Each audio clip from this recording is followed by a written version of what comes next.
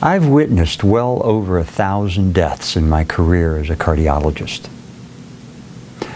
What I've come to know is that death is not the extinction of life. As Rumi, a Persian poet, once described it, death is our wedding with eternity. You know, in medicine, we think we know so much. The truth is, we don't know squat.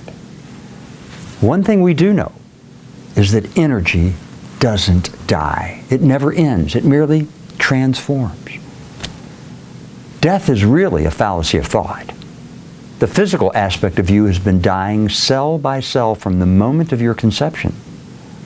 Each type of cell has a different death cycle, its own timetable. For example, the lifespan of cells lining the stomach is only 2 days. For the colon, 3 to 4 days. Skin cells regenerate every 2 to 4 weeks, red blood cells every 4 months, and some of the cells that make up the bone can last up to 25 to 30 years. Each year, the death sentence results in the gradual disintegration of our bodies through a balance of cell death and cell division, with humans losing and regaining a mass of cells roughly equal to their weight.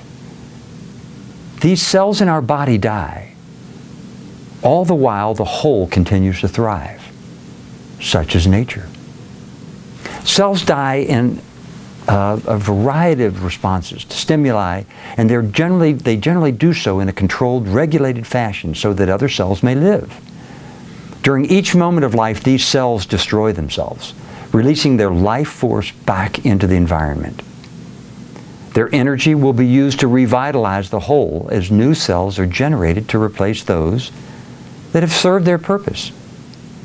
In an orderly and programmed fashion, cells play an active role in their own death. They commit suicide in a fundamental physiological process known scientifically as apoptosis.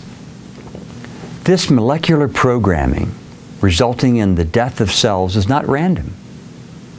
The process encompasses everything from the sloughing of the healthy lining of the uterus during menstruation to the formation of the proper connections between nerves.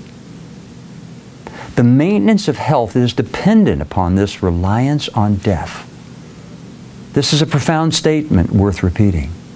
The maintenance of health is reliant on death. What makes a cell decide to commit suicide? The answer lies in the balance. This programmed cell death is critical to the destruction of cells that represent a threat to the integrity of the organism. As a whole, through the process, we are given a new body. We are revitalized with the same life force that energizes all living things. In this context, how can one ever consider death an enemy? Every day we die many deaths. We are truly different from moment to moment. The only constant in life is change. Deepak Chopra, in his book entitled Life After Death, describes, every former self you have left behind is a ghost. Your thoughts, your body, your ideas have all changed. You've survived thousands of deaths every day as your old thoughts, your old cells, your old emotions, and even your old identity passes away. You're already living in the afterlife right now. What is there to fear? Death is but the beginning of yet another chapter in life.